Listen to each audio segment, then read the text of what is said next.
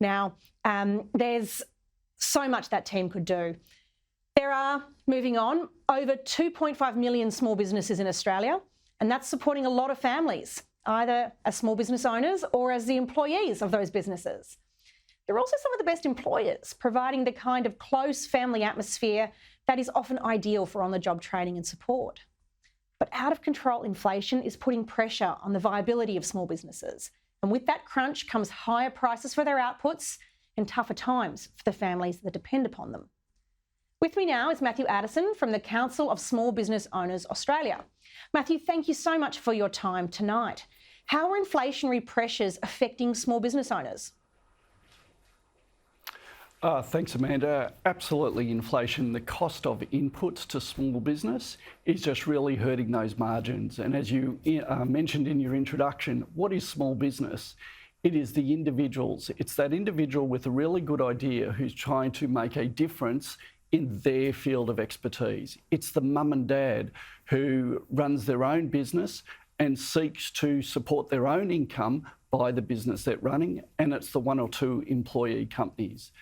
As their cost of inputs, their cost of supply of goods that they purchase, their cost of power goes up, as the cost of employment goes up, that business is struggling with their margins.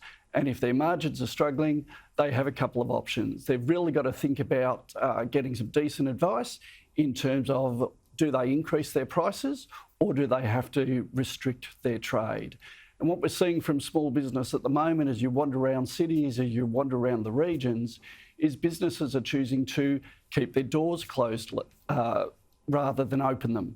They have to reduce their number of hours. Restaurants that are working only in the evenings and not at lunchtime anymore. So the cost of business input increasing is really hurting how a business operates. Some of that solution set, Amanda, is they have to consider putting their prices up. And then you get in that a whole inflationary spiral.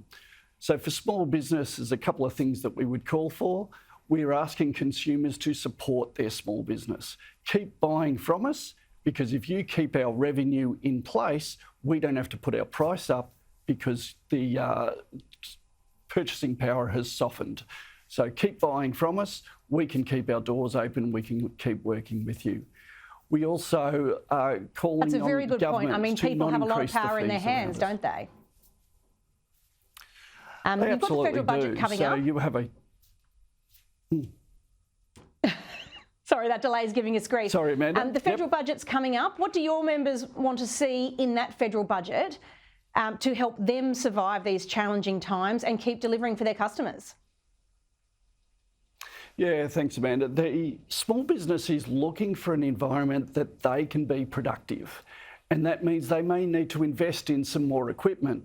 So some incentives to invest in that equipment through continuing the instant asset write-off. That's due to conclude in June. So if we could keep that instant asset write-off in place, where the small business is able to write off, say, any asset below $100,000 that they purchase and write it off in the year that they purchase it. That's a greater incentive to that business to actually make those decisions to be more productive.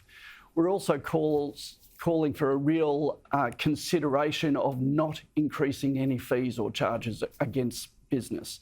If those government fees, be it federal or state, increase, then small business has to either absorb those, and what we're hearing after the last few years, they don't have an ability to absorb any further fees. They would have to put their prices up, hence we get in that inflation spiral once again. Look, Matthew, all of that makes sense, although for the long term, I'd really like to see government reform that goes beyond just survival and seeks to do the red tape reduction and the regulatory simplification and the simplification of what's needed for employment and the tax reform that's needed to make it possible for more businesses like those in Cosboa succeed. What kind of reform would you like to see as the priority in this space very quickly before we have to go? Amanda, that wage reform needs to be really staggered over the next couple of years. If we go for radical employment changes right now, I think it's going to disrupt business quite significantly. So let's look at recognising the era we're in. COVID got us here. We've got economic times that are tough. We need mechanisms to increase productivity. Give employers the ability to be flexible in their workplace relationships. Give employees that ability to be flexible. Then we'll have a more productive environment, and I think we'll not only survive the next couple of years, we'll be able to grow. We need flexibility for employers and the employees.